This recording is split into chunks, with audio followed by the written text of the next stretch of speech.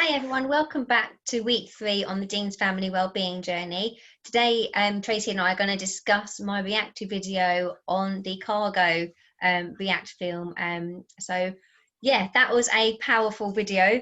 It showed me how I was when I was ill and how much I relied on community and friends and family.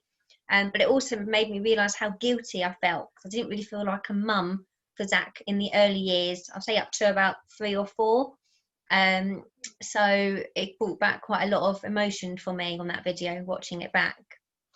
Yes. Did it surprise you, the amount of emotion that it brought up? Yeah, I think when they kept mentioning about the games that you play with children and stuff, I was like, I didn't really do any of that with Zach.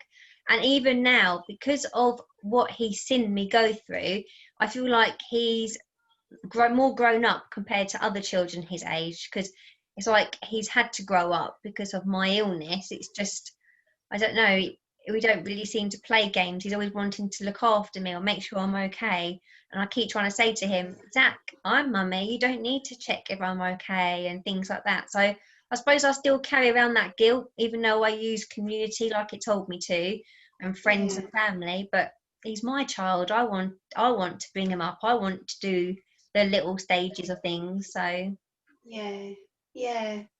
No, and I think you're not on your own with that. I think there's lots of us who can relate to that feeling of family life hasn't played out how we hoped it would, and perhaps we haven't been able to do some of the things that we wanted to do, especially like for yourself with the health issues. With the best will in the world, you couldn't do what you wanted to do, and that's really hard, isn't it, as a parent, just coming to terms with that loss really of the dream of what you wanted, and the impact that that's had on your child is really hard, isn't it? mm-hmm.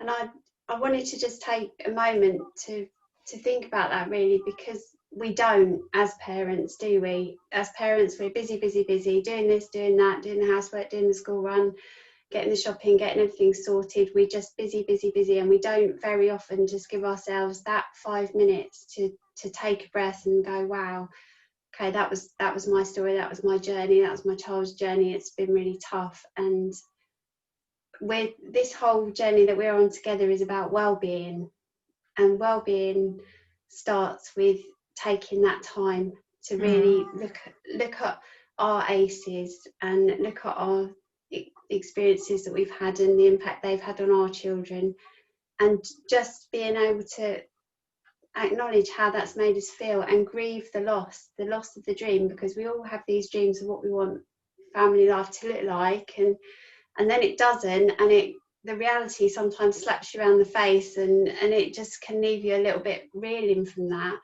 And so a lot of times we get stuck, we can get stuck in the past, and we don't quite get over the loss of what we hoped it would be. And when we get stuck there, we're not emotionally well. We're not able to really be in the present moment and enjoy our children.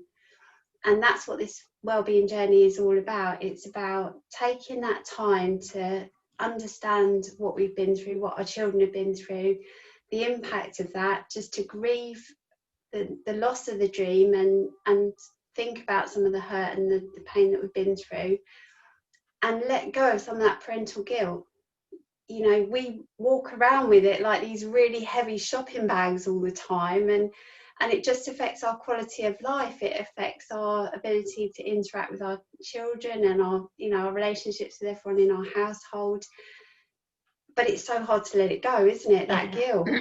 I think that's what the video brought out in me, that I still feel guilty after so many years that I wasn't really around for him as a baby, really. Yeah, and that's so tough, isn't it? And if the thing is, if you were talking to me, if I'd had the same experience that you'd had, you would be really kind to me, wouldn't you? Yes. You would be saying, it's not your fault, this must be so hard for you, of course you wanted to do it. So you would take the time to be really kind to me and help me come to terms with the fact that I hadn't been able to do what I wanted to do. But you can guarantee that you haven't given that time to yourself or that same kindness. No, because Right. we don't, and none of us do, but we need to. And that's really what I wanted to say today is, let's start helping one another be a bit kinder and compassionate to ourselves, and giving ourselves that time to process what's happened and be kind to ourselves, and so that we can fill our tank back up. You know, we can build up our reserves, and we can be really emotionally well, so that we can be in the present moment. However difficult the present moment is, we can be in it and build up really strong connections with our children, which will build up their resilience, which will give them better life outcomes. So some of us think, well, no, that's too selfish. I can't take that time for me. I don't want to focus on me. You know, I just want to crack on and look after the kids.